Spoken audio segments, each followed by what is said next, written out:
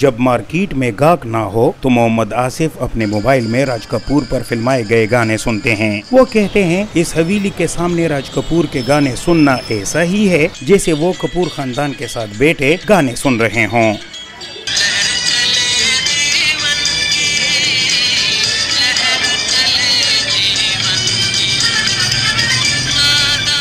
आसिफ की दुकान पेशावर में वाक़या मशहूर कपूर हवेली के बिल्कुल सामने है।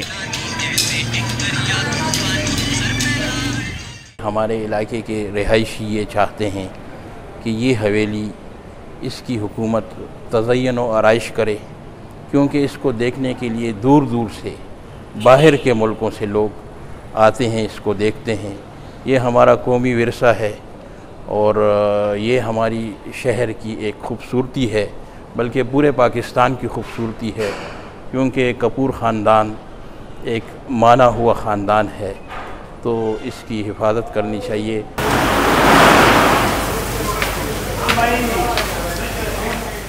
कपूर हवेली में गाड़ी के लिए बने इस गैराज में ये दुकान उमेर शाह के खानदान का वाहिद वसीले रोजगार है। उमेर के वालिद बादशाही खान कहते हैं कि सन 1990 में ऋषि कपूर और रणधीर कपूर के आने की वजह से यहाँ लोगों का बहुत ज्यादा रश था। इससे इलाके के दुकानदारों को भी बहुत फायदा हुआ था।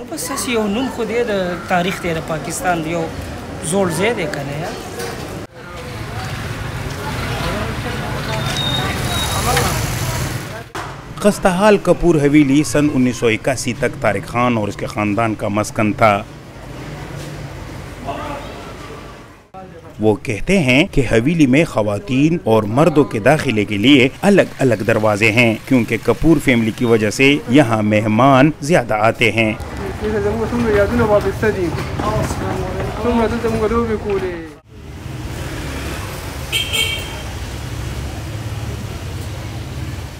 पेशावर की तंग गलियों में तामीर की गई ये हवेली अंदर से अब भी रोशन है। लकड़ी, रंग बिरंगे शीशों का इस्तेमाल और अपने वक्त के दीदा ज़ेब दरवाजे और अलमारियां अब भी काबिल दीद हैं।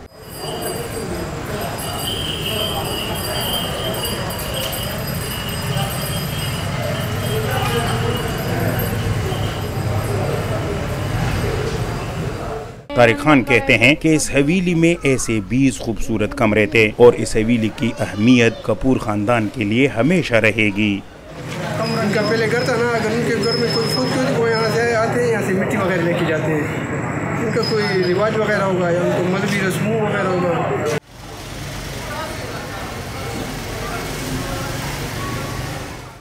किसाख्वानी बाजार के करीब डक्की मुनव्वरा में बनाई गई कपूर हवेली सन 1922 में तामीर हुई थी और उस वक्त ये इमारत यहाँ की बुलंद तरीन इमारतों में से एक थी। बाद में 7 मंजिला इमारत की 3 मंजिलें गिरा दी गई हैं।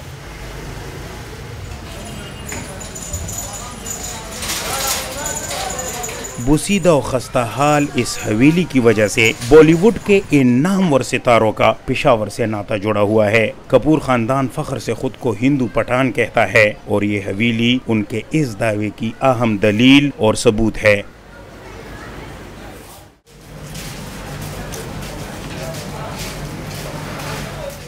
डॉक्टर हारून इस हवेली के मौजूदा मालिक हैं। वो यहाँ प्लाजा तामीर करने के ख्वाहिशमंद हैं, लेकिन उनको इस हवेली की कदर और तारीखी अहमियत का भी एहसास है। हम जब भी गोल्ड वाले जो बिज़नेस करते हैं तो हम पैसे से ज़्यादा गोल्ड में डीलिंग करते हैं। तब 1962 में ये घर जो था ऑक्शन में तकरीबन कोई तब के टाइम से 5 किलो 6 किलो सोने के हिसाब से लिया गया था।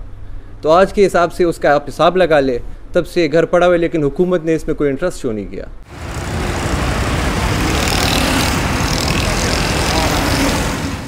महकमा आसार कदीमा को कपूर हवेली की तारीखी अहमियत का बहुत देर से पता चला, लेकिन फिर भी मरम्मत और हिफाजत में ताखीर की जा रही है। बख्त मोहम्मद आसार कदीमा में गुज़िश्ता 12 सालों से रिसर्च ऑफिसर हैं। वो खैबर पख्तूनख्वा में आसार कदीमा की हिफाजत और सियाहत के फ़रोग़ में ख़ास दिलचस्पी रखते हैं।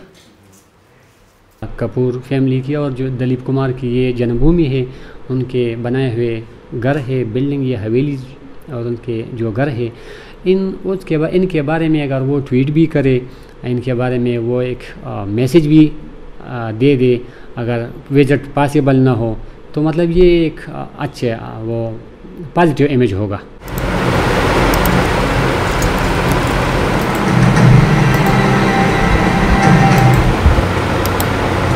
बॉलीवुड की 4 पीढ़ियां तो राज कर रही कपूर खानदान ही पाकिस्तान में मौजूद हवेली में राज कपूर का जन्म हुआ सी।